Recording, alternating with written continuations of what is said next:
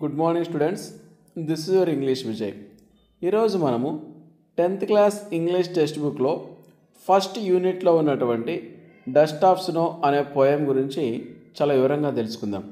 ఈ పోయంని Robert Frost అనే poet కేవలం 8 లైన్లలో మాత్రమే రాయడం జరిగింది. చూడ్డానికి ఈ పోయం చాలా సింపుల్గా ఉంటుంది, కానీ దీని యొక్క అర్థాన్ని తెలుసుకోవడం అంత ఈజీ కాదండి, కష్టపడాలి. ఇక్కడ చూడ్డానికి వర్డ్స్ సింపుల్గా ఉంటాయి, కానీ దాని యొక్క మీనింగ్ మాత్రము చాలా డెప్త్గా ఉంటుంది.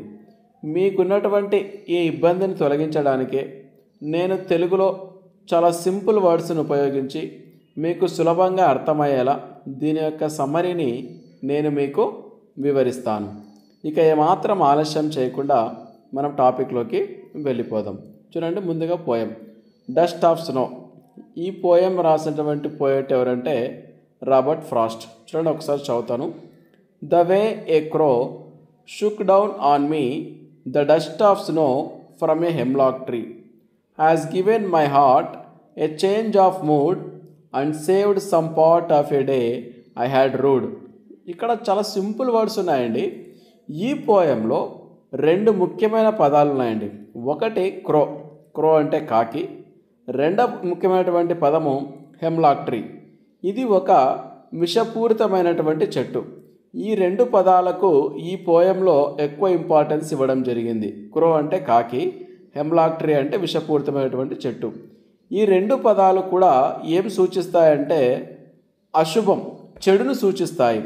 కానీ ఇక్కడ పోయెట్ ఏం చేస్తాడంటే చెడులో కూడా మంచిని చూస్తాడు. ఏ విధంగా చెడులో కూడా మంచిని చూశాడు అనేది మనము సమ్మరీలో తెలుసుకుందాం. మనం కొన్ని సందర్భాల్లో, ఉదాహరణకు మనం పెళ్లి చూపులకు వెళ్తున్నాం అనుకోండి, మనకి ఎదురుగా పిల్లి వచ్చిందనుకోండి, మనం ఎలా భావిస్తాం? అశుభంగా భావిస్తాం. కానీ ఇక్కడ పోయెట్ చూడండి, అశుభాన్ని కలిగించే కాకి, అశుభాన్ని కలిగించే హెమ్లాక్ ట్రీని కూడా శుభం కలిగించే వాటిగా భావించాడు. ఎలా భావించాడు అనేది మనకు తెలియాలంటే ఇప్పుడు మనము సమ్మరీలోకి వెళ్ళిపోదాం.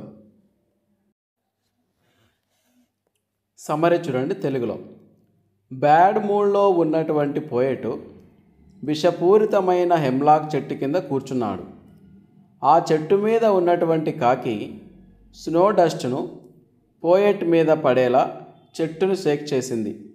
అప్పటి వరకు బ్యాడ్ మూడ్లో ఉన్న పోయెట్ గుడ్ మూడ్లోకి మారిపోయాడు.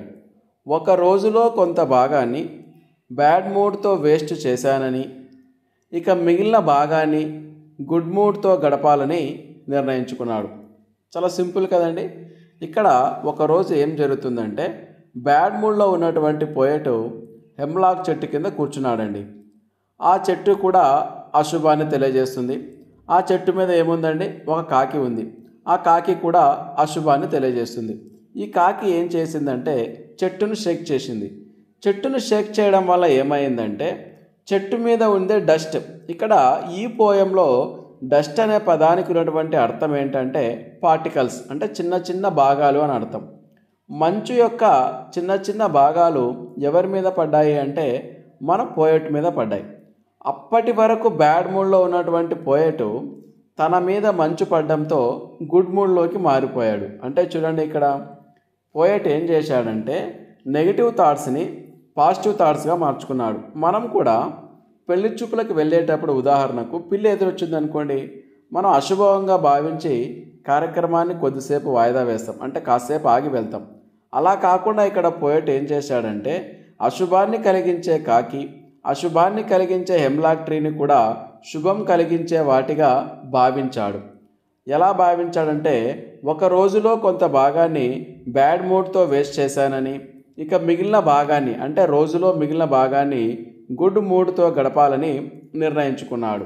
తన మీద మంచు పడటంతో అప్పటి వరకు బ్యాడ్ మూడ్, సారోఫుల్ మూడ్, దిగులుగా ఉన్నటువంటి పోయెట్ మంచు పడడం ద్వారా చాలా సంతోషంగా మారిపోయాడు. ఈ విధంగా మన జీవితంలో కూడా మనము నెగిటివ్ థాట్స్ని ఏ విధంగా భావించాలంటే పాజిటివ్ థాట్స్గా భావించాలి అని రాబర్ట్ ఫ్రాస్ట్ మనకు ఒక మంచి సందేశాన్ని ఇవ్వడము జరిగింది. ఓకేనా స్టూడెంట్స్, ఈ వీడియో మీకు బాగా అర్థమైంది అనుకుంటా. ఖచ్చితంగా మా ఛానల్ సబ్స్క్రైబ్ చేసుకోండి, షేర్ చేయండి, లైక్ చేయండి. Thank you.